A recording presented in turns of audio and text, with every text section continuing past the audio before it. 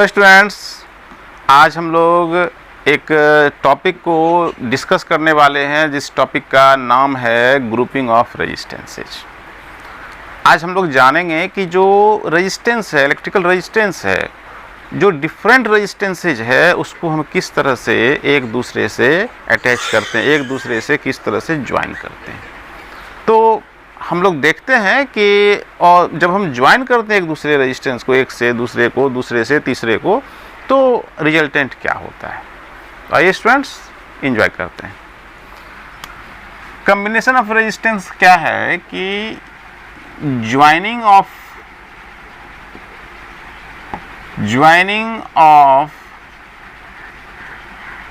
Resistances. ठीक है ना। तो हम किस तरह से ज्वाइन करते हैं एक रेजिस्टेंस को। मान लीजिए कि ये एक रेजिस्टेंस है और यहाँ पर ये ए पॉइंट है, ये बी पॉइंट है, इसका दो टर्मिनल है और ये रेजिस्टेंस मान लेते हैं कि ये R1 है, ये R1 ओम है। अब एक दूसरा रेजिस्टेंस हम लेते हैं जो कि कुछ इस तरह का एक रेजिस्टेंस है। इसका रेजिस्टेंस जो इसका वैल्यू है वो R2 ओम है।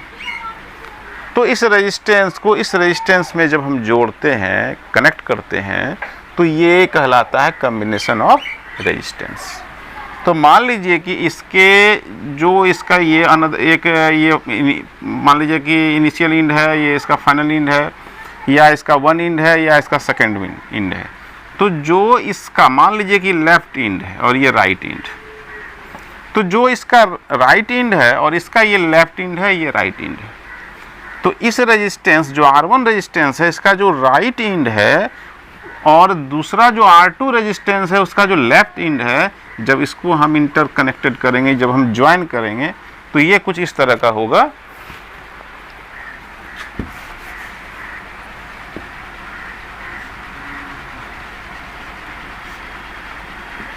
तो ये कहलाएगा, ये R2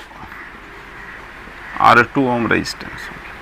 तो ये कहलाया ज्वाइनिंग ऑफ रेजिस्टेंसेस और it is also called combination of resistance. Clear है। तो जब हम डिफरेंट रेजिस्टेंस को एक दूसरे से जोड़ते हैं तो उसको हम कहते हैं कॉम्बिनेशन ऑफ रेजिस्टेंस। अब हम रेजिस्टेंस को कितने तरीके से जोड़ सकते हैं। तो आंसर है कि हम रेजिस्टेंस को दो तरीके से जोड़ सकते हैं। एक सीरीज और दूसरा है पैरेलल। ये दो तरीके से हम रेजिस्टेंस को जोड़ सकते हैं, एक सीरीज और दूसरा पैरेलल। हालांकि एक और तरह से हम जोड़ सकते हैं जिसको कहते हैं मिक्स्ड। इसमें सीरीज भी है और पैरेलल भी है। ये डिपेंड करता है कि किस तरह का यूज है, किस तरह का उसका जो मैन्युफैक्चरिंग हम करना चाहते हैं, किसी भी डिवाइस का, किसी इंस्ट्रूमेंट का, किसी होम अप्लायंसेज का। तो ये भी, चूंकि ये मिक्स्ड भी, ये सीरीज और पैरेलल पे ही बेस्ड है, तो इसलिए अगर हम बेसिक जाने तो ये दो तरीके का कॉम्बिनेशन होता है, एक सीरीज और दूसरा पैरेलल। क्लियर है। अब एक कीवर्ड को आप जाने जो कि आपको कन्फ्यूजन से हमेशा एक कन्फ्यूजन ग्रो होने ही नहीं देगा। तो अगर हम इस कीवर्ड को समझ लें, ये जो कीवर्ड है, इस कीवर्ड को समझें कि series that means same amount of current, same amount of electric current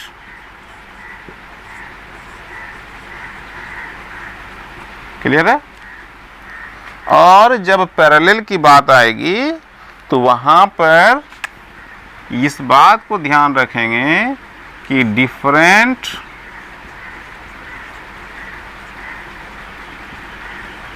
amount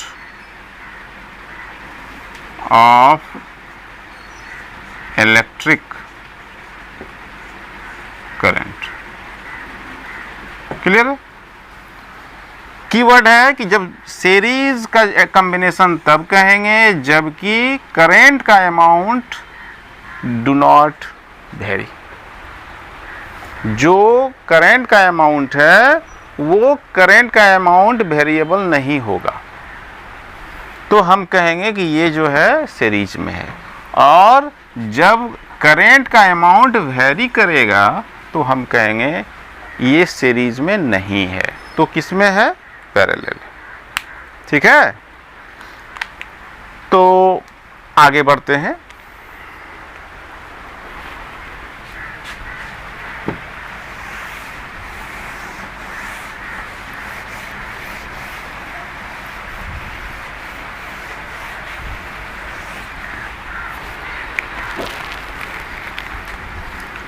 हम पहले सीरीज की बात करते हैं। Series combination.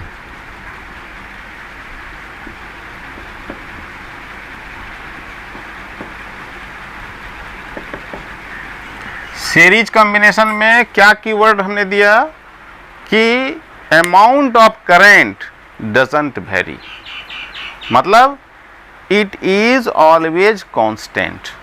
करंट का अमाउंट सेम होना है सर्किट में या डिफरेंट रेजिस्टेंस में। रेजिस्टेंस का वैल्यू डिफरेंट होगा, वोल्ट पोटेंशियल डिफरेंस डिफरेंट होगा, but amount of current doesn't vary at all. You should remember, you should mind it well. Okay, तो सीरीज में हम करके देखते हैं कि मान लेते हैं कि ये एक रेजिस्टेंस है, दिस इज ए रेजिस्टेंस। ठीक है, ये माना ए, यहाँ से एक रेजिस्टेंस को ज्वाइन किए, ये कुछ इस तरह से, और फिर एक रेजिस्टेंस को ज्वाइन किए कुछ इस तरह से, और यहाँ से एक बैटरी से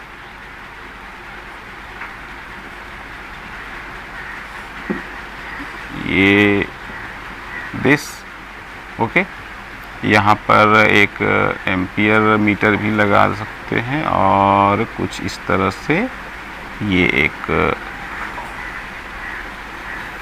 सर्किट बना है। ठीक है, अब यहाँ पर मान लेते हैं कि ये B है, ये पॉइंट C है, ये पॉइंट D है, ये बैटरी है। यहाँ पर हम V volt potential difference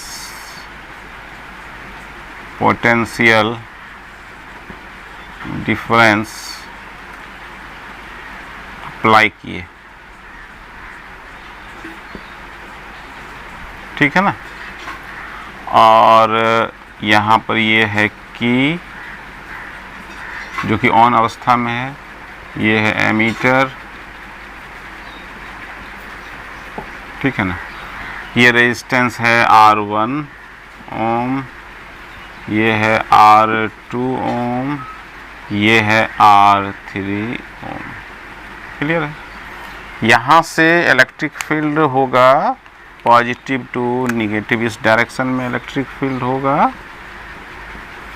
current कुछ इस डायरेक्शन में, मान लेते हैं कि ये I एम्पियर का करंट है, यहाँ से यहाँ भी I एम्पियर, ये भी I एम्पियर, यहाँ भी वही, यहाँ भी वही, यहाँ भी वही, यहाँ, फिर यहाँ, ये सारा का सारा I एम्पियर करंट। क्लियर है?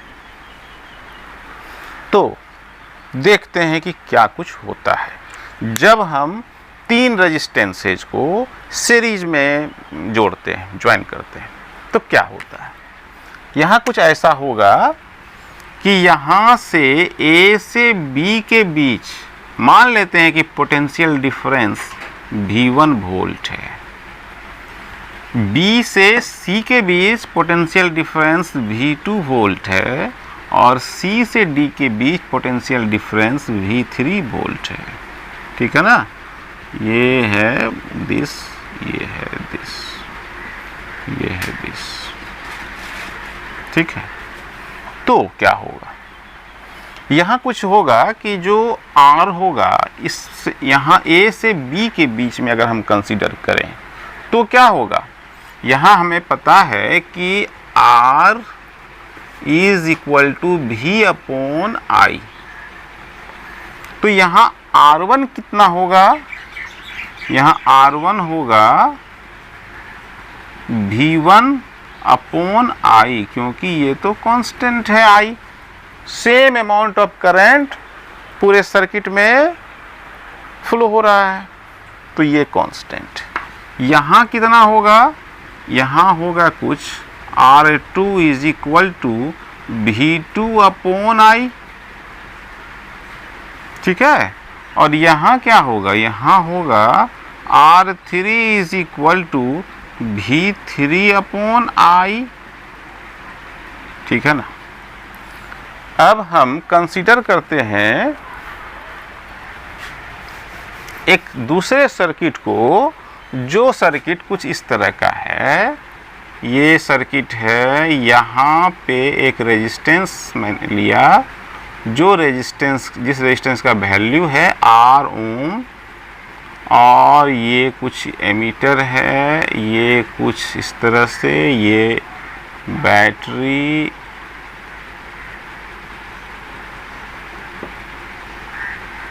ठीक है ना। तो ये R ओम का जो रेजिस्टेंस है ये इक्विवेलेंट है, इक्विवेलेंट रेजिस्टेंस है to this R1, R2 and R3। तो ये इक्विवेलेंट रेजिस्टेंस क्या होता है, इक्विवेलेंट रेजिस्टेंस होता है स्टूडेंट्स कि अगर हम उस रेजिस्टेंस को, जिस रेजिस्टेंस को अप्लाई करने पर सर्किट में जो पहले से जो लगे हुए रेजिस्टेंसेस थे, मान लीजिए R1, R2, R3, या जो वोल्टेज है वो V1, V2, V3, तो उसमें बिना किसी इंटरफेरेंस के, कोई इंटरफेयर ना करे, same amount of current, same amount of potential difference should be maintained. तो हम कहेंगे कि ये जो रेजिस्टेंस है उन सारे रेजिस्टेंसों का इक्विवेलेंट रेजिस्टेंस। ओके, तो हम इसको क्या लिख सकते हैं, इक्विवेलेंट रेजिस्टेंस की परिभाषा अगर देनी हो या इसको समझना हो तो क्या लिखेंगे, equivalent resistance, resistance is the required resistance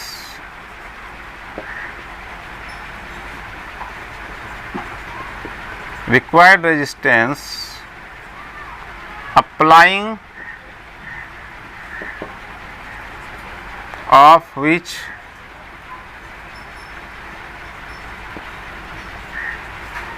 in place of या instead of different resistances, for example यहाँ है R1, R2 and R3, there is no interference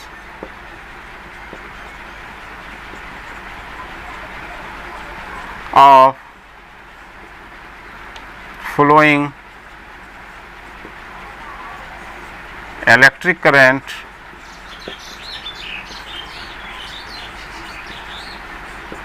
as well as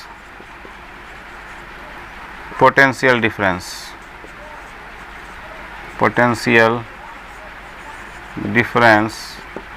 example V1, V2 and V3 here.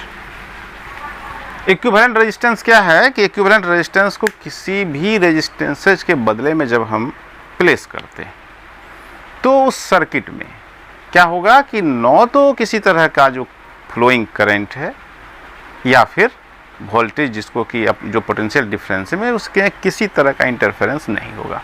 तो हम कहेंगे कि ये resistance that is here capital R we may replace here instead of resistances R1, R2 and R3.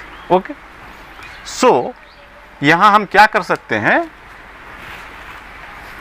इसके बदले में, किसके बदले में, R1, R2 और R3 के बदले में एक रेजिस्टेंस अप्लाई कर दिए। कौन सा रेजिस्टेंस अप्लाई किए, कैपिटल R। तो क्या होगा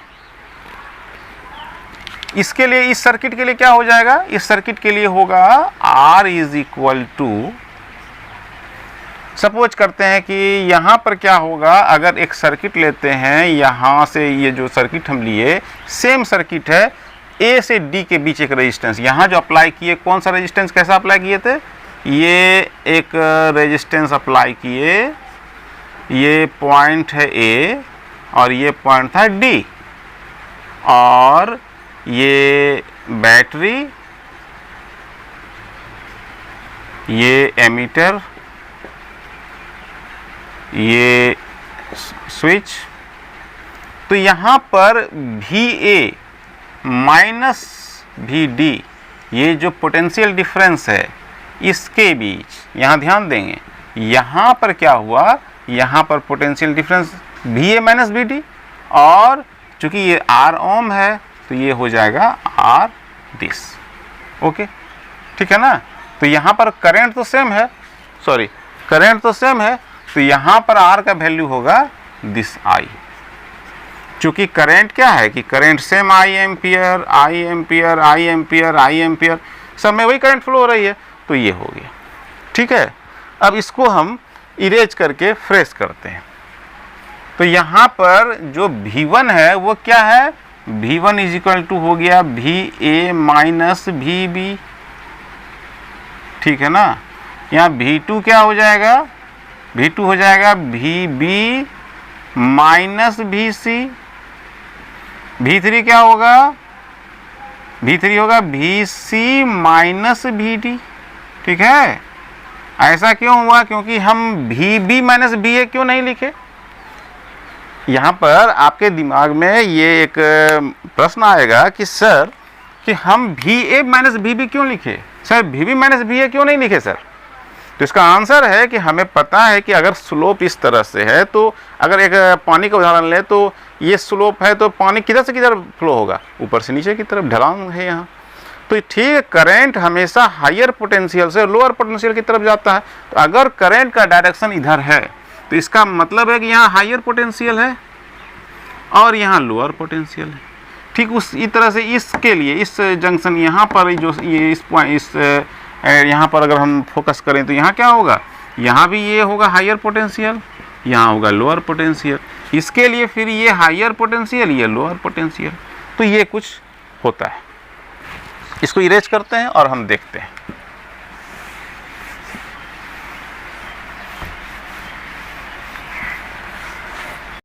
यहाँ हो जाएगा R1 इज इक्वल टू होगा VA minus VB upon I।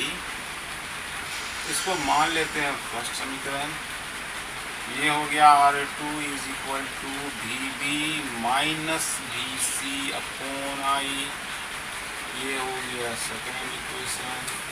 And R3 is equal to VC minus VD upon I।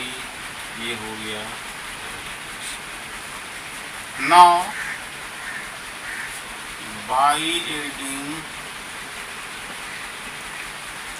Equation first, second and third, we get the result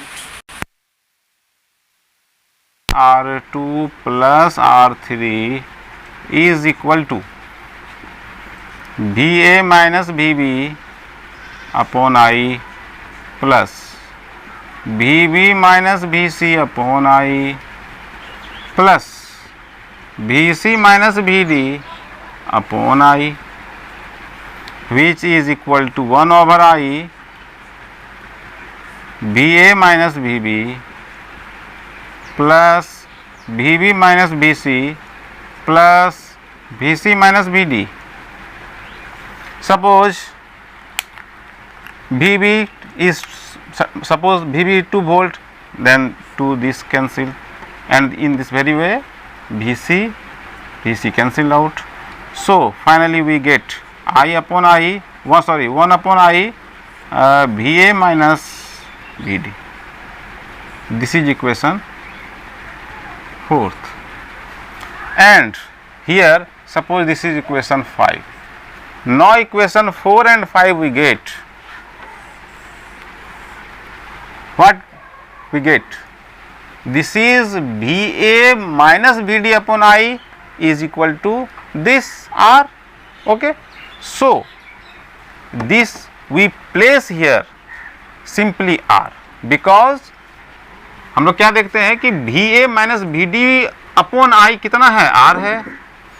तो इसके बदले में हम R लिख सकते हैं। तो हम यहाँ लिखेंगे कि R1 plus R2 plus R3 is equal to R, यहाँ दे देंगे फ्रॉम इक्वेशन 5। क्लियर? हम लोग यहाँ क्या देखते हैं कि चूंकि ये VA minus VD upon I is equal to R, so we place instead of R1 plus R2 plus R3 capital R, and this is the equivalent resistance and also a combination in series of different resistance. ठीक है? तो हम लोग यही एक final result है कि जब हम लोग सीरीज में किसी भी रेजिस्टेंस को जोड़ते हैं तो उसका स्केलर एडिशन हम लोग कर देते हैं। मान लेते हैं कि अगर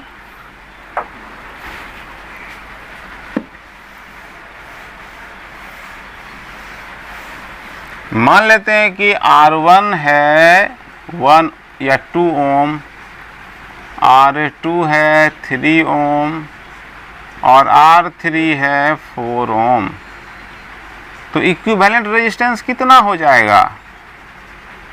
ये हो जाएगा 2 प्लस 3 प्लस 4, कितना हो जाएगा? 2 plus 3 5, 5 plus 4 9, this is 9 ohm, which is greater than simply R1, which is greater than simply R2, which is greater than simply R3।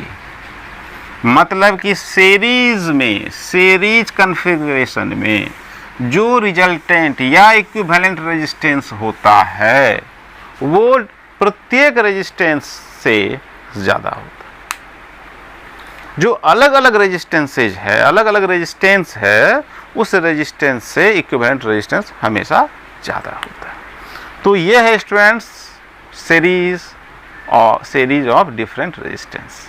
तो हम उम्मीद करते हैं कि आपका कंसेप्ट जो ये कॉम्बिनेशन है सीरीज से रिलेटेड, सीरीज ऑफ रेजिस्टेंस से रिलेटेड, वो कंप्लीट हो पाया होगा, आप समझ पाए होंगे अच्छे से।